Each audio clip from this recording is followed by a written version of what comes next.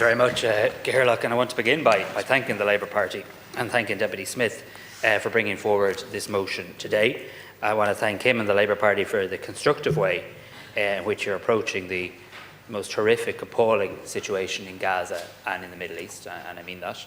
And I want to say I approach this debate, and I would respectfully suggest we should all approach this debate by moving beyond the mantra of government good, opposition bad, or opposition good, government bad. It doesn't get us anywhere. There isn't anybody in this House, I'm quite sure, regardless of political background, there isn't anyone in this country who's not horrified and haunted by the scenes that Deputy Sherlock rightly mentioned in relation to young children and babies. And there isn't anyone in this House who wishes to deliver well-meaning statements.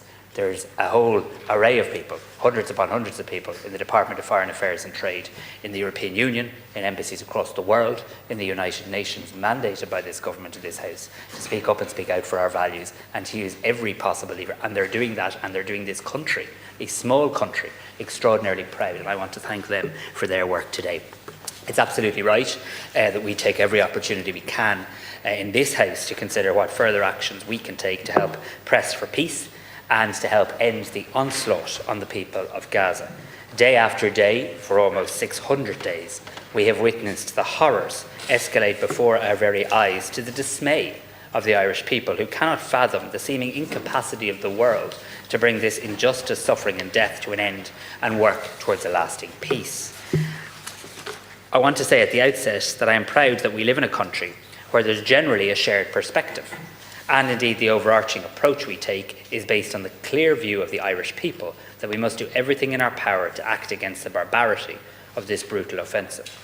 I have to say also that while this is true in Ireland, it is regrettable that it's only belatedly, and much too belatedly, a more united voice is being found amongst the international community in response to the war crimes and the genocidal activity that we're witnessing. So I want today, on the record of the Dáil, to clearly restate this country's position. We unequivocally condemn the terror attacks by Hamas in Israel on the 7th of October 2023. We unequivocally condemn the taking of hostages by Hamas, and we repeatedly call for their release and repeat that call today. We're absolutely clear that Hamas have brought nothing but death and suffering to the people of Palestine, the people of Israel, and they offer them no future, and that's not just my view, it's the view of the President of the Palestinian Authority. We strongly condemn in the strongest possible way the continuing Israeli military operations in Gaza, and we abhor Israel's clear plans to not only persist but to go further, to starve, to displace, to kill, to reoccupy. We call on Israel to fully lift the blockade it has imposed and to allow for unimpeded access of humanitarian aid at scale into Gaza. People are starving in Gaza today for one reason and one reason only: that the Israeli government will not let the aid trucks that are in Jordan into Gaza.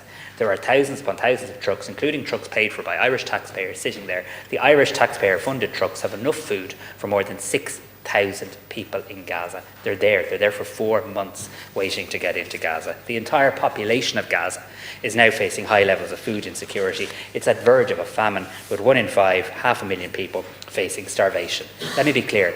This is evil beyond words. We cry out for urgent efforts to ensure an immediate ceasefire.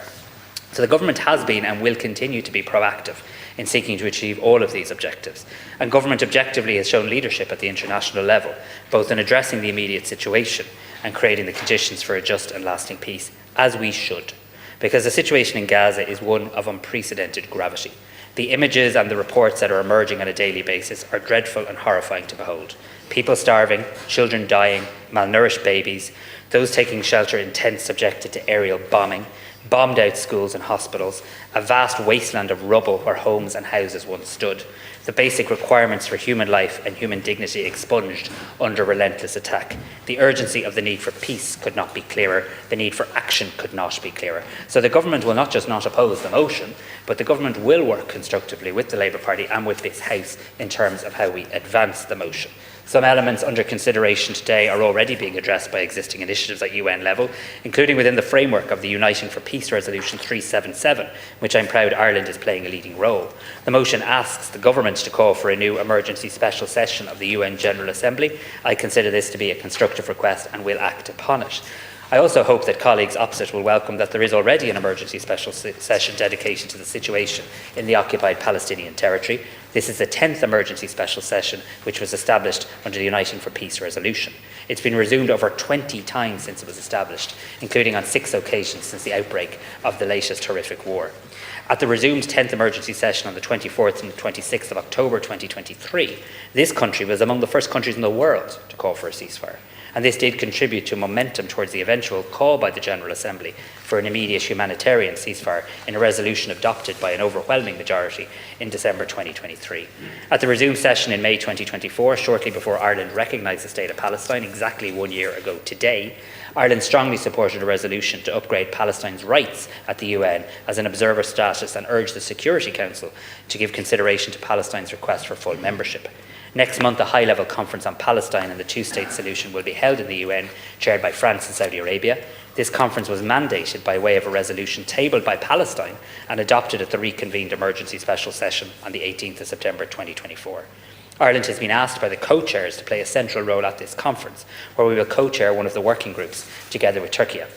The conference will focus on topics central to the two-state solution, including the humanitarian crisis in Gaza, the delivery of aid, Palestinian institutions, state building, governance and security arrangements, and how to promote peace and reconciliation. Ireland will co-chair the working group on preserving the two-state solution. So for these reasons, the UN conference next month is Ireland's overriding focus at a UN level.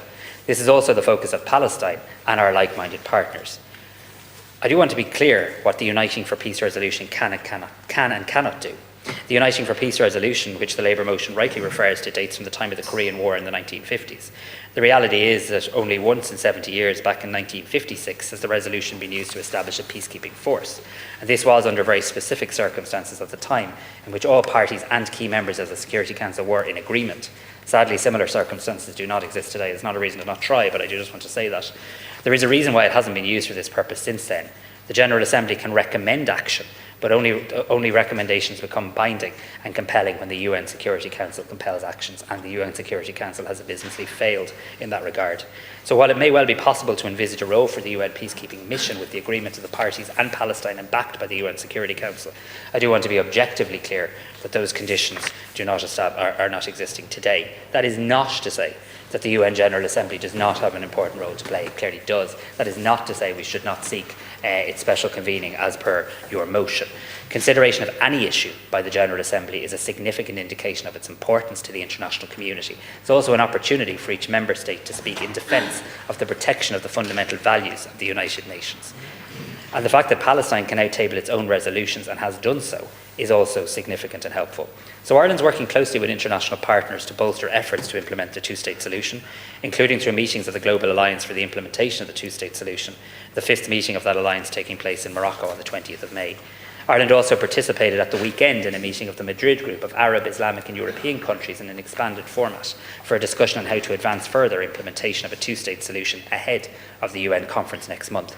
The meeting included a number of additional European countries, I'm pleased to say, including France, Germany for the first time, and the UK and Brazil. Last week's decision at the Foreign Affairs Council, when a clear majority of EU member states finally agreed to review the EU-Israel Association Agreement, was an important step forward, a recognition that Ireland's position was right. Came far too late, though, and we do believe in Ireland that the agreement should be suspended pending the outcome of that review as well. So we do want to use all levers available to the EU to bring about change. It's my view that the agreement should be suspended pending that review as well. Our position in relation to this situation is grounded in two very simple principles: respect for international law and respect for human rights. We remain convinced that the implementation of a two-state solution is the only way to establish lasting peace and security for Palestine, for Israel and for the wider region. Today marks 12 months to the day since Ireland's recognition of the State of Palestine, together with Spain and Norway, and followed closely by Slovenia. We now see the question of recognition at the centre of international debate. The decision we took a year ago contributed to this positive change.